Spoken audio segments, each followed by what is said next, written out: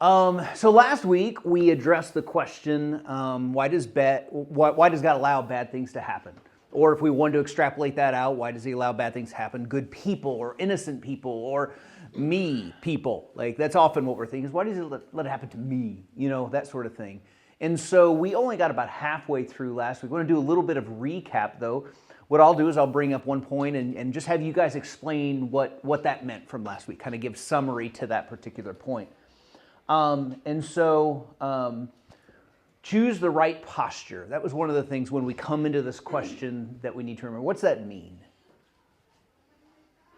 Remember that people are really struggling. Okay. Yeah. Yeah. So part of that is don't be in a hurry to maybe jump into a solution. Absolutely. What else does that mean? Make sure your position is that you want to genuinely help and feel compassionate. Sure. Absolutely. And, judge and I'm going to fix you. That's right. Absolutely. I think it also, a big part of what it means is that we have to remember that God is God and we are not. And so there are times we come at the problem of evil and we stand in judgment of God, assuming that he in some way has done something wrong. And it's okay at times to have questions, certainly, but we should probably also be aware that God sees all, and we see about that much. And so remember our posture before the Lord. Again, this is probably one of the quicker ones, but why is it important to remember that we live in a broken world? Because we do. Yeah. And if you spend enough time around broken things, you'll probably end up scraped and broken and hurting as well. And so because we have to navigate a world that looks and sounds and smells and tastes and feels broken, it's expected that we will have some scars as we go. No one is truly good. Why is that important? Well, when you're talking about why did bad things happen to good people, that's Yeah. just not even a question. Yeah. Yeah. Nobody is good like God is good. That's right. There is no category. And sometimes we will, if we're really being noble, we'll put other people in the good category, Mother Teresa or others. But we're also often thinking, us, I do pretty good. I go to church, I do the things, right? But also we talked about the fact that we contribute evil to the world. I do, you do. So sometimes, we're quick to shake our fist at God, but we even talked about it last week. How much of the evil, or put it differently, how much evil, how much pain have we just caused for other people in our lives? The things we can track, things we've said, things we've done, things we haven't done, maybe when we should. And so certainly we can look and say, man, I've contributed as well. There's no such thing as a truly good person. We hurt now, but this world is not the end. What's it mean and why does it matter? This world is not our home. It's temporary. There is something better waiting. And when we've been there, as the song says, 10,000 years, the struggle that we faced here, while real, will start to fade a bit when we consider that it was legitimately a blip in eternity. But sometimes we think, man, it'll last forever. Yeah, Bub. Yeah, and I think that's important. I mean, we know where we're headed, but, in the context of this class and bad things happening and everything, I think that we need to make sure that, when we're going about our business and talking to other people and everything, that we view everything in the backdrop of eternity. That's right. Where we're heading, but how it relates to, how we handle things right now. That's right. And we are meant both for this world and the next. God didn't make a mistake by having us here. So we're here for a purpose, but it's not our ultimate home. And we are meant to look at things through the lens of eternity. Will this choice I'm making last in eternity? Will this thing I'm investing my life in so heavily, will it last in eternity? What will the ripples be of this choice? That sort of thing. And also, what will I think of the suffering when I've been with the Lord for 1 billion years? As if numbers and years will make sense in heaven. I don't think they probably will, but that's the idea, is we look through the lens of eternity. Okay? Let's see. God can use bad to accomplish great or even greater good. What's that mean? How is that accurate, inaccurate? I think of the example right now, there's things going on with a person and she's having a really rough life, but there are so many people stepping up to help Okay. her. Okay. So we're accomplishing the greater good from that bad situation. Okay. All right.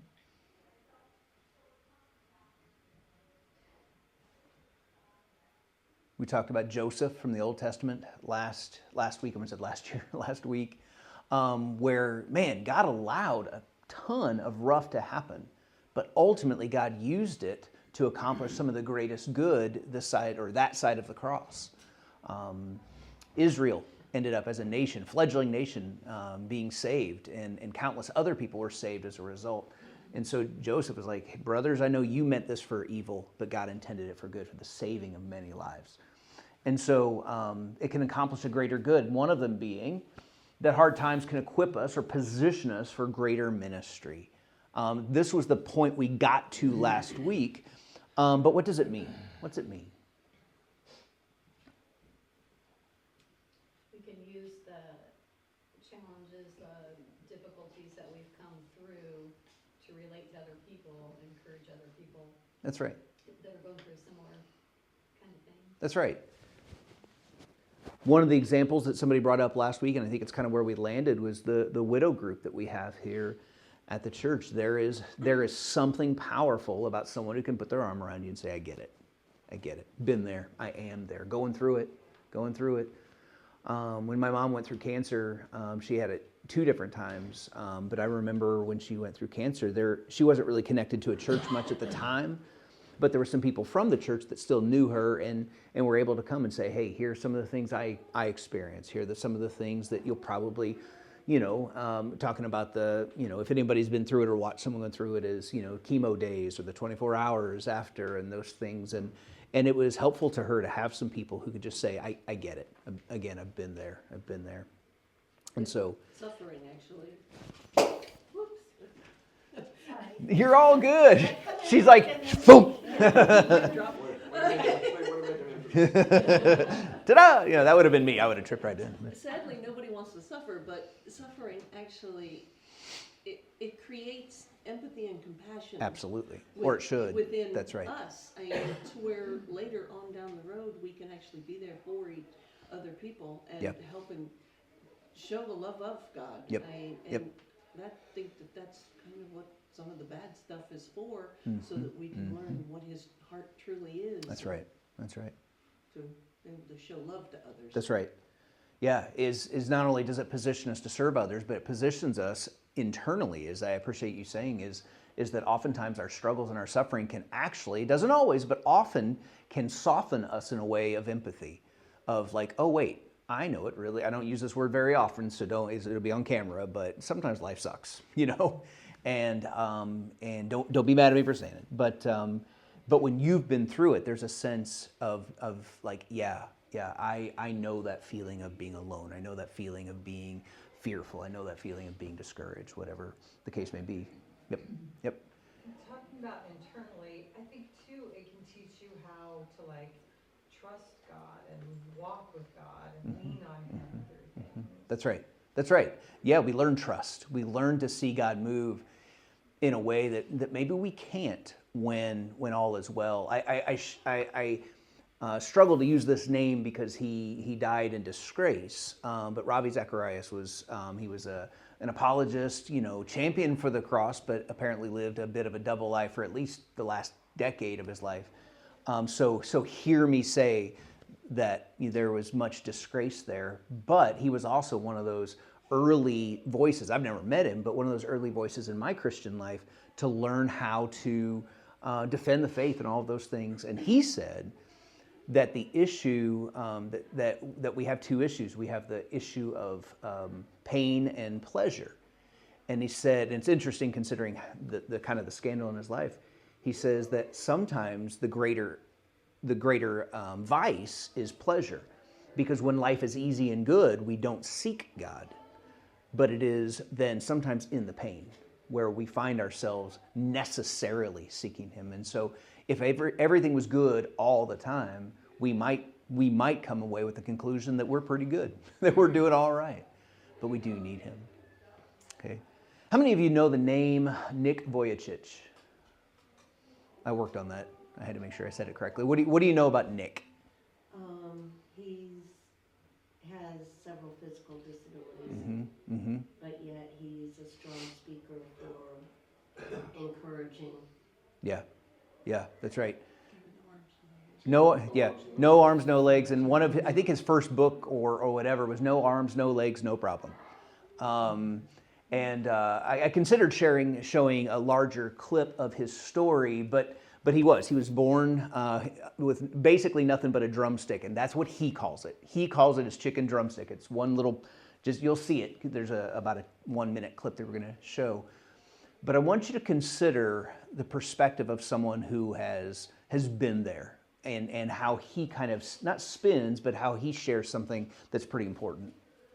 Listen to this. So many of us go to God and say, if you're a God of love, then why is there pain? And why don't you change my circumstance? Can God give me arms, legs? Sure. There are so many stories about people who blessed God and they went through hell on earth. When you go through the ups and downs, you will cry. You will go through desperation and difficult times. It doesn't mean that when you believe in God, everything's okay. But I'll tell you right now that God is with you and He doesn't always change your circumstance. But when He doesn't change your circumstance, He's still there to heal your heart and hold you and carry you when you cannot walk. And listen to me.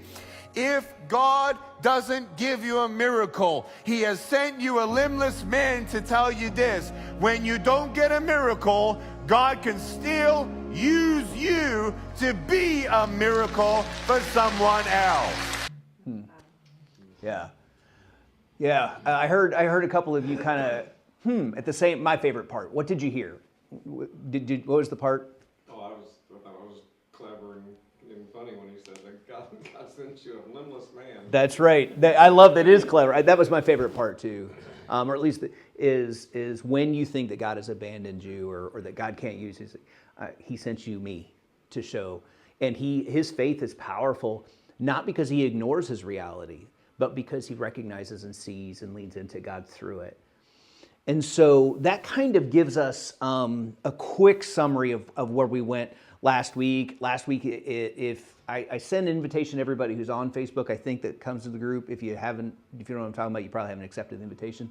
Facebook group just that has some of these notes and stuff. And I put last week's video on there. Again, it wasn't great quality, but it's there. And so you can kind of, I don't know if you did.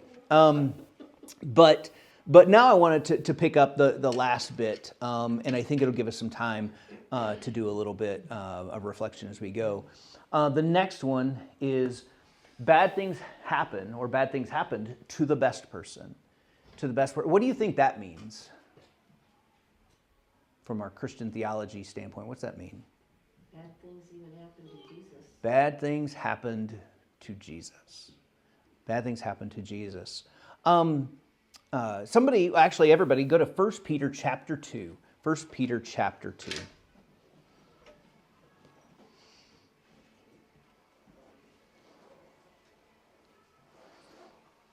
One of the other groups is rocking out. Yeah.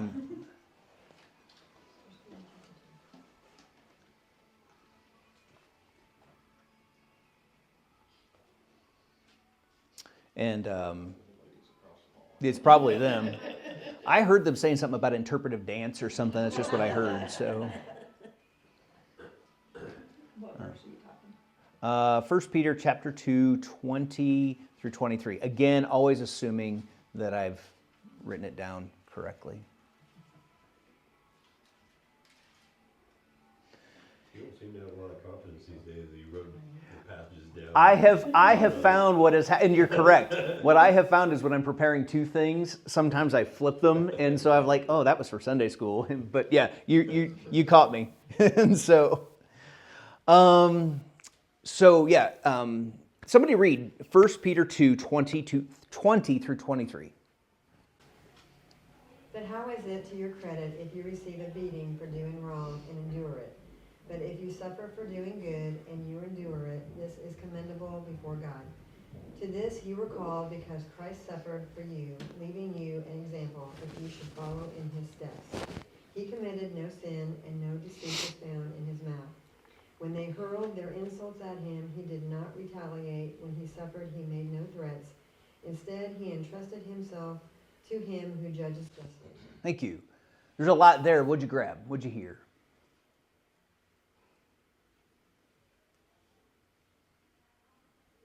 Even when they hurled insults at him, he did not retaliate. He didn't, and he could have. Yep. And he's an example for us to follow, In what way, Melody, is he an example for us to follow? because he had bad things happen, he suffered, Yeah. and so we can relate to that when we're suffering. Mm-hmm. He did too. And he did it because he trusted God, Mm. not just like, I'm gonna suck it up and I'll just take it. I'll just You take know, it. He like trusted God. Yeah, yeah. That he recognized the Father is still good and working. He kept his eyes. Yeah, kept his eyes focused. Did Jesus accidentally suffer? Like, was it just like a cosmic accident that this happened? No, God allowed it. He allowed it. In fact, it was part of the plan. And so if you were to draw a conclusion about suffering and good people, what conclusions might we draw just from this point alone? That the worst things happen to the best person. The worst things happen to the best person. What conclusions can we draw about the nature of this question itself? All of us are gonna suffer. Yeah. Yeah, if goodness is the barometer of whether suffering should happen or not, well, the best one did, so we're gonna. And it really is there even a barometer, because Correct. everyone's going to suffer. Everyone suffers. So you can't just say just because you're a good person, you're not gonna suffer. That's right. Or why is that person, they're so good, why are they Yeah. having Yeah. all these problems? That's right. That's right. Doesn't matter how That's good right. you are. That's right, because Melody, we talked about last week, sometimes, and I said it, and I was crude on purpose, but sometimes we hurt because we're stupid. I mean, like sometimes we make choices that immediately or eventually cause our pain. That's true. I know that to be true in my life. You probably do as well. You can think, oh, I made that choice. I felt the pain of that. That happened, you know. Sometimes we hurt because of other people's choices. That's going to happen too. We didn't choose it. Someone else chooses to be a goober. And it's a heavy theological word. And it comes back. It's a safe one. And as a result, we hurt. Sometimes we hurt because we're in a broken world. But the reality is, one thing that we shouldn't probably look and is say, well, I'm good or I'm good-ish. I don't understand then why I'm hurting, as if my being good should somehow shield me from all bad.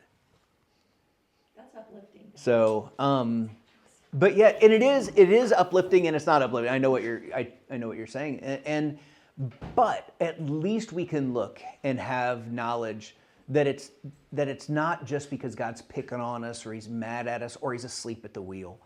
Is that we can look and say, if God did not spare His Son suffering, then we can at least take solace in knowing that it's not because God's mad at us. It's not because, again, necessarily we've done something bad. Suffering is part of this world, and so we see that He suffered before us. But for me, it is uplifting knowing that Jesus did not insulate Himself from pain. I don't know that it could have been any other way, and I'm sure glad it isn't, but what if? What if Jesus had said, I'll come, I'll live, and I'll give my life in some way for them. But what if the Father in some way had made it that Jesus could go through 33 years of life and not hurt, not suffer, not bleed, not feel any of these things? I don't know if it's theologically possible, probably not, but what if? What if that had been the road? What if that's the Jesus we'd be talking about today, that He came, but He insulated Himself completely from our suffering? So what would we have learned from that? What would we have learned? I mean, then there's no quality there's no redemption for us. Yeah. If He doesn't suffer, because He took our suffering. He took our sin. on, yes. He didn't suffer. Yeah. There's no way that happens. Yeah, yeah. So you use the word, We don't have an example to follow. no example to follow. Yeah. Redemption comes through that suffering. We wouldn't be talking about him today. We wouldn't be. That's a good point. It would have nullified the Old Testament. Yeah, it said He was going to. Yeah. You can't read Isaiah without finding the suffering servant. What do you say, Dave? As far as humanity goes, I mean, if you're gonna follow somebody or believe in someone, it's hard to believe or follow someone who hasn't gone through anything that you've gone through. Yeah. Yeah. So he came as a human, That's right. felt the things that human felt, so it was easier to relate. Yeah. Yeah. He became sin. He became human. We say this by accident sometimes. He wasn't 50% man and 50% God, or even 100% man and 100% God. He was all man, all God. And so when he took on humanity, he took all of it, except for sin. I mean, he became sin, but he never sinned. So let's ask the opposite question. How does it make you feel knowing? And I'm not asking how does it make you feel about your suffering today or tomorrow or the next day, but how does it make you feel that Jesus chose to face everything you face? How does it make you feel? Breaks my heart to think that he would have to, That he would have to. that he would have to go through all of that suffering for us goobers. Goobers. Probably taught you guys well, but not all the right stuff. Ashamed. Somebody half humbled. Oh, you were just yawning. Sorry. I thought she's gonna own. I have that effect on people. Part of what helps me to love God with all my heart, Sure. my soul, my mind. Yeah. It helps me to daily take up my cross, and, you know, and admiring His love for me. Just That's brings right. me right back to Him. That's right. He for me, and then I for him. Yeah. Is he? It does make it easier. It does make it easier to be grateful for that sacrifice. I think sometimes we only think about the cross, and man, we need the cross. But I also think about the rejection. I mean, off the top of my head, I can't tell you the text, but where he's preaching and doing his stuff, and they said, "Hey, your family's out here," and the family wanted to take charge of Jesus. Why? Do you remember? They thought he was nuts. The people who should have known him best were like, "We got to take charge of him. He's lost it. He's completely left the reservation." That hurts. I can tell you in a much, much, much smaller way, most of my family does not get ministry. They just don't. I tease here, and some of you guys tease me or whatever, but my family legitimately, like if I say I can't do something, they're like, "You only work one day of the week." And I'm like, and then they find out I sometimes get days off. Oh my goodness, whatever. I'm like, that hurts a little bit. But Jesus, like they legitimately thought he was nuts. He was crazy. His disciples, his buds, the night before, he asked him three times to do something. What did he ask him to do, his boys? Stay awake. Be in prayer with me, for me. Just be here. I need you. And repeatedly they, as we probably would too. Jesus, I mean, like from the human standpoint, how you feel, and you walk up on that and they're snoring again.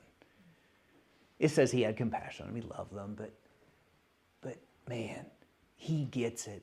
Peter, a couple hours ago, I'll never leave you. A couple hours later, I don't know the man. You have to believe that hurts. And so we linger on this, not because it necessarily makes your pain or mine easier in the moment. That's not necessarily the goal, but to at least recognize that suffering isn't accidental or something outside of God's control or something that Jesus can't relate to. And so maybe that could change your prayers of something like, "Jesus, I know you get it." You feel offended. You feel forgotten. You feel the thing you feel. Jesus, you get it. And know that the one on the other end of that prayer, he gets it. In fact, he does. Okay, this is another one. I think it's really important. God's ultimate goal is not to rescue us from the pain in this life, but to deliver us safely to the next. God's ultimate goal is not to rescue us from the pain of this world. It's to rescue us safely, bring us safely, deliver us safely unto the next. What do you think that means? If you had, like, you don't have any context, you're just like, I think this is what Chris is after.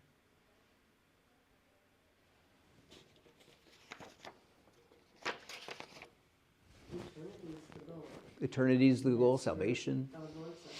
Okay. Yeah. We are meant for eternity. Yeah. This life isn't the only thing we're made for. His goal is also to conform us to the image of Christ. To the image of Christ. Interestingly, that there's a way to do that, oftentimes through the difficulties of this life. Yeah. Yeah, the idea being is sometimes we think, wrongly, we assume that God's ultimate purpose, and we don't normally say it out loud, but this is kind of where sometimes the accusation towards God comes, is when we're accusing him, is we're like, God, your job is to make my life a wee bit easier. That's your job. That's God's job, is that somehow his role, his ultimate goal is to make my life pain-free. If that's God's goal to make my life pain-free, then he has failed in my life and probably yours, if that's his ultimate goal. I'm not saying, again, none of these are intended to say that these aren't even dealing with the heart issues yet. We're going to do that in a couple minutes.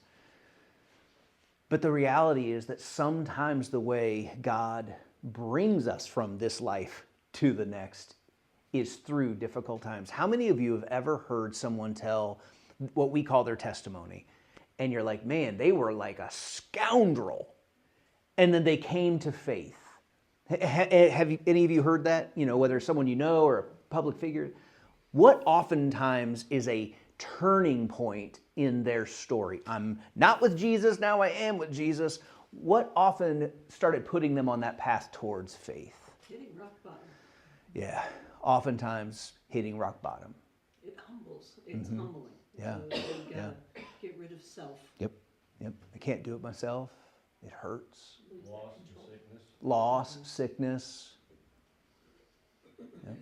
Yep. Everything else fails. Yeah, when I fail, when my efforts fail. Let me ask you this. You have someone in your life that's far from Jesus. And you could probably think of someone. And if you want to, you could do that. Don't say their name or anything. Someone who's far from Jesus.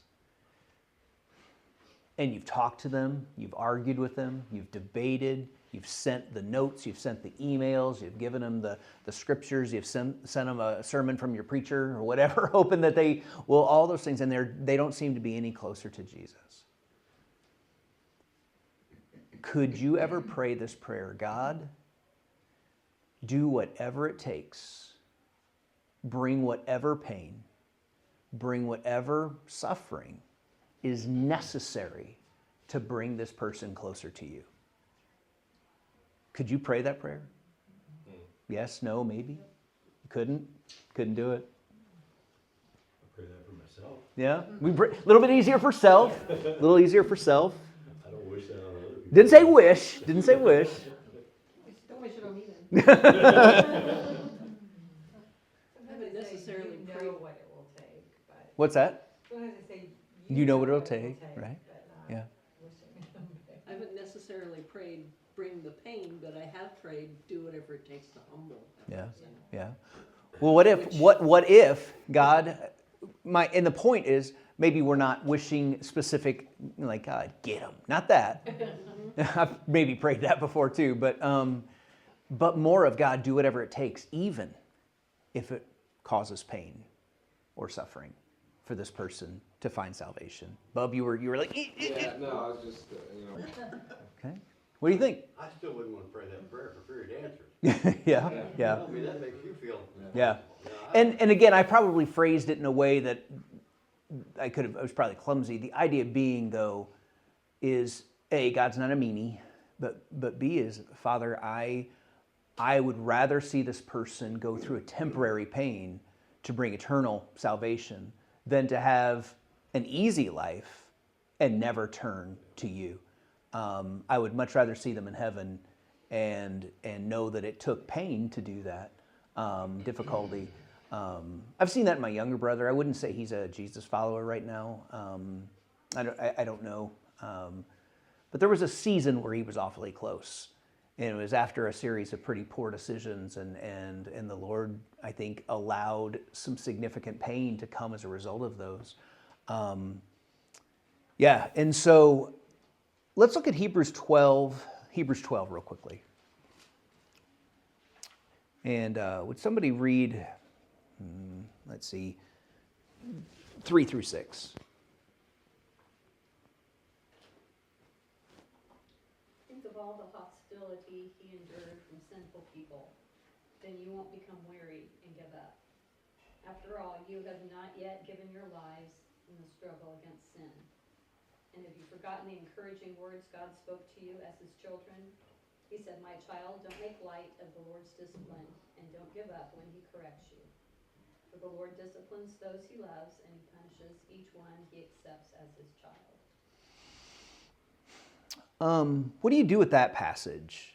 What do we do with that passage? The idea that, in fact, read verse 5 and 6 again, please. And have you forgotten the encouraging words God spoke to you as his children? He said, my child, don't make light of the Lord's discipline, and don't give up when he corrects you. For the Lord disciplines those he loves, and he punishes each one he accepts as his child. Yeah.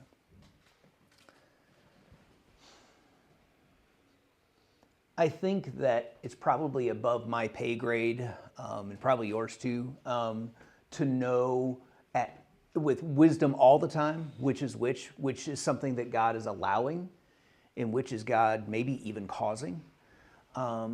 Discipline, all of us have been disciplined by a parent, I'd reckon. All of us who have children have had to discipline said child or children. As a child, would the child say the discipline they receive, whether it's a spanking or timeout, whatever your mechanism is, would that child say A, loved it, B, hated it, or C, you can fill in the blank? I mean, how many of them are going to say loved it? Is that all you got? Yeah. I was tempted, but there does seem to be, in essence, a sense in which God approves of pain, to bring discipline to us. Even uses the word punishment for the purpose of making us like Jesus, to break the rough edges over our lives, those sorts of things. And so I don't know if I'm answering the question specifically. Does God enjoy our pain? No, certainly not. But does he allow it? Certainly. And does he even cause it directly or indirectly? I think there's probably times that he does. I think of Jonah, just off the top of my head. God tells Jonah, go to, do you remember? Nineveh. Jonah says, all right, God. No, he didn't say that. He says, I'm out. And then what was the result? So he A timeout. That's right. He hires a 3-hour tour on the SS Minnow. Thank you for getting that reference. And then what happens? He gets taken to Nineveh. He does ultimately find accommodations for one to Nineveh. But God actually sends the storm. He sends the fish. Does he delight in the pain? No, I don't think so. But is God directly behind the pain? Yeah. No, he even pouts later. Yeah, he does pout. I don't think we ever see Jonah as a hero in that story at any point. He didn't want them to be saved. But we see the point is that God drove the discipline. And somebody once said, I don't remember who, they said, I would much rather listen to when God whispers first. I think there's wisdom in that. Okay, God, I hear you. I mean, the Old Testament for sure is loaded with stories of where God, exacted justice. Yeah. And painfully. Sodom and Gomorrah. I mean, that's he definitely caused some pain there. That's right. I don't That's think right. we can say God doesn't cause pain. Yeah, that's right. Yeah. Our danger is when we try to figure it out. Which is which? Yeah, I think there's Like, did God cause that? Did God take, my child to discipline me? Or when we say, that hurricane happened because those people needed God to show them they needed to wake up. Yeah. I think that sometimes that makes Christians look very unfeeling to try and identify. That's because you were bad. Yeah. No, I think there's wisdom in that, absolutely. It just goes back to he's God and we're not. He's God, we're not. Sometimes in the rearview mirror, especially in Scripture, we can see things from a better vantage point. We're like, oh, that's what God was doing, trying to accomplish. But I remember in the first, weeks and months of COVID, the numbers of people who are like, this is God's judgment. Okay, maybe. I don't know that. Could God use it? Certainly, he used plagues. Or did he just I don't know. I don't have insight.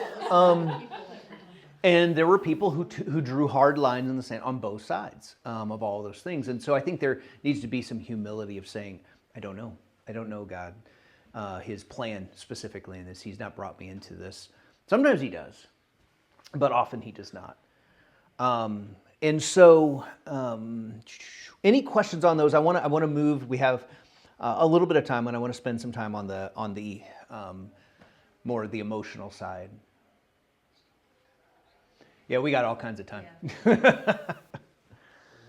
turn that clock back. Yeah. So, let's see. Yep.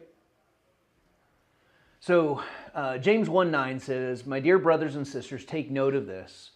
Everyone should be quick to listen, slow to speak, and slow to become angry." This passage deals a little bit more with either God's discipline or God allowing difficult times. So it's not only for our purposes here, but it is interesting that we see this in James. We've all probably read that passage before. When do you normally read or hear somebody refer to the James 1 passage? That's not what mine says. Oh, Mine see? says believers in humble circumstances ought to take pride in their high See, position. maybe I did it. That's like the opposite. Maybe it's James 2. Oh, it's on down 19. 19. Oh, see, there you go. Yep. See, there it is. See? So, See that on mine? Oh, that's 16. I need glasses. and a better teacher, but you just take what you can get. And so, but because it talks about human anger and all of those things. But listen, is one of the things, so now we're transitioning into the idea of how do we deal, let's say, with someone else's, because oftentimes we have these questions too, but we are also doing this class so that we can be prepared with an answer for others, so we can have more confident answers for others. And you're sitting across from, this is what we've talked about, you're sitting across a table at a coffee shop with someone, and they're like, my life sucks. This is hard. This is awful. You're a Christian. What's up? Where's your God? What's this all about? And if we launch into those first 7 or 8 points and we just say, hey, I had a class on this. And we say, well, there's really no good people. Check. Right? And God could use us eventually for good. Check. Those are real answers. How is that conversation likely to go? Why? Doesn't help. That's not what they want to hear. They don't need to hear that. Not in that moment. You're not acknowledging their feelings and their issues. Yeah. What would James 1:19 say to that? Be slow to speak. Slow to speak. What's that look like practically?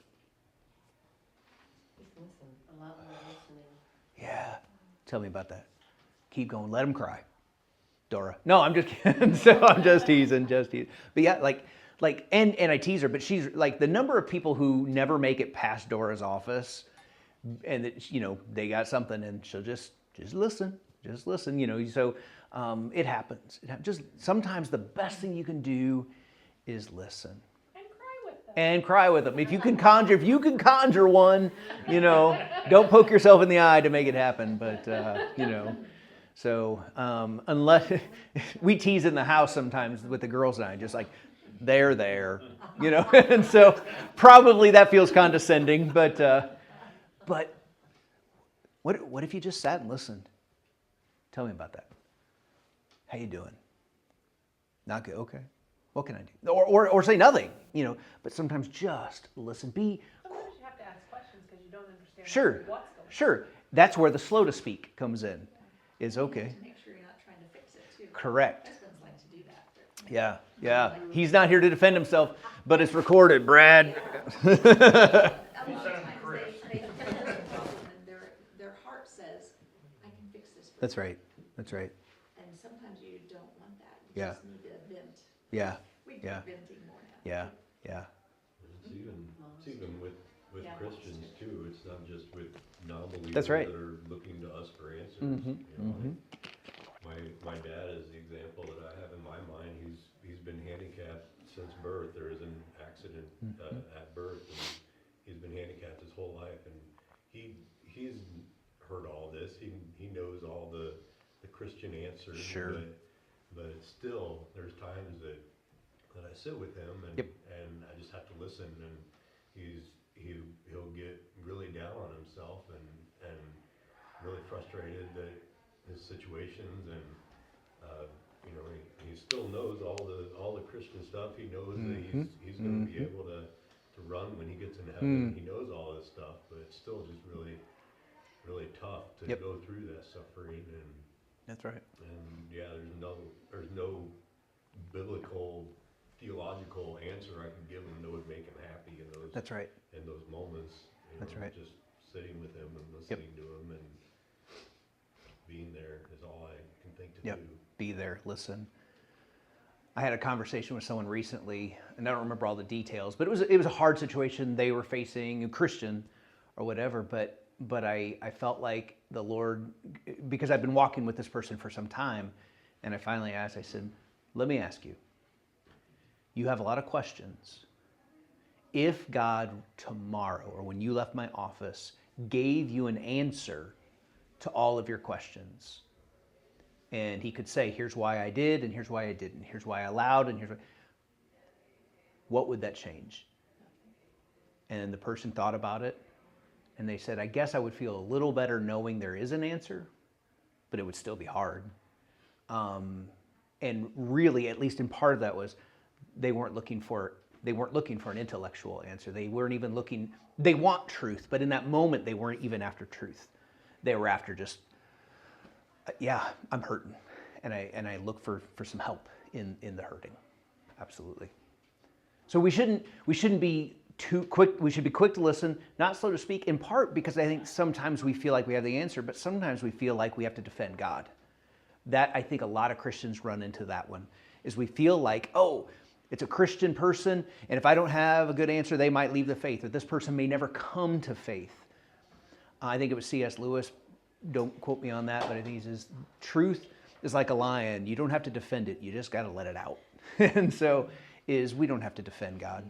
Not defend him. We can give good answers, slow to speak, and slow to become angry, which really doesn't necessarily fit. Again, this passage isn't only for this purpose, but I do think is maybe, again, for us, we just long-suffering. Someone's hurting, hurt with them. Hurt with them. Go through the issue with them. We've got a couple more minutes. This one is a little bit more specific.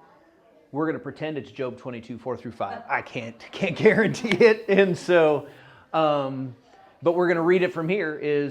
So the backdrop is, again, Job, the opening salvo there out of the scripture is God allows, intentionally, we see behind the curtain somehow, through the Holy Spirit, we're able to see this conversation between God and the enemy and about Job. And God allows him to be wrecked. And for no other purpose. I mean, this isn't necessarily the case, but what we see from the human standpoint, no other purpose to show that Job won't become unrighteous. But God allows it.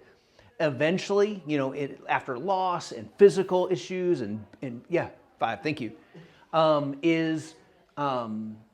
his friends come and sit with him, I think 3 days, maybe longer, haven't read Job in a while. But they sit in quiet, they weep with him. Best medicine. Then they start to speak. Then they start to talk. And in Job 22, again, it's Old Testament, it's a bit poetic, but so this is them speaking. Is it for your piety that he rebukes you and brings charges against you? Is not your wickedness great? Are not your sins endless? What's being said here? It's your fault. Yeah, let's take it here first. What's that first line? Or 2 lines. Is it for your piety that rebukes you and brings charges against you? What are they saying there?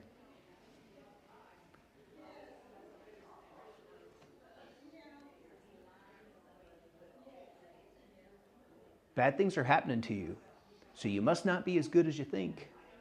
Must not. It's not your goodness, so you obviously aren't as good as you think you are. Because again, God couldn't let bad things happen to good people.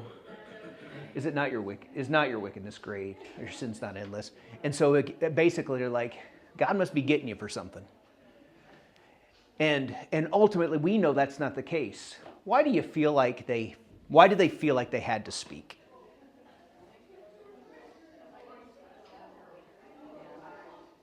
Well, there has to be a reason. There has to be a The reason. reason must be you. Yeah, that's right. That's right. Because God's good, which is true, so you must be bad, or whatever. And we see that Job rebukes them, the Lord rebukes them. That's not at all what has happened. The point of all this being, listen, be near the hurting. That's what Jesus did and does. Weep with those who weep, mourn with those who mourn. Be okay with them not being okay.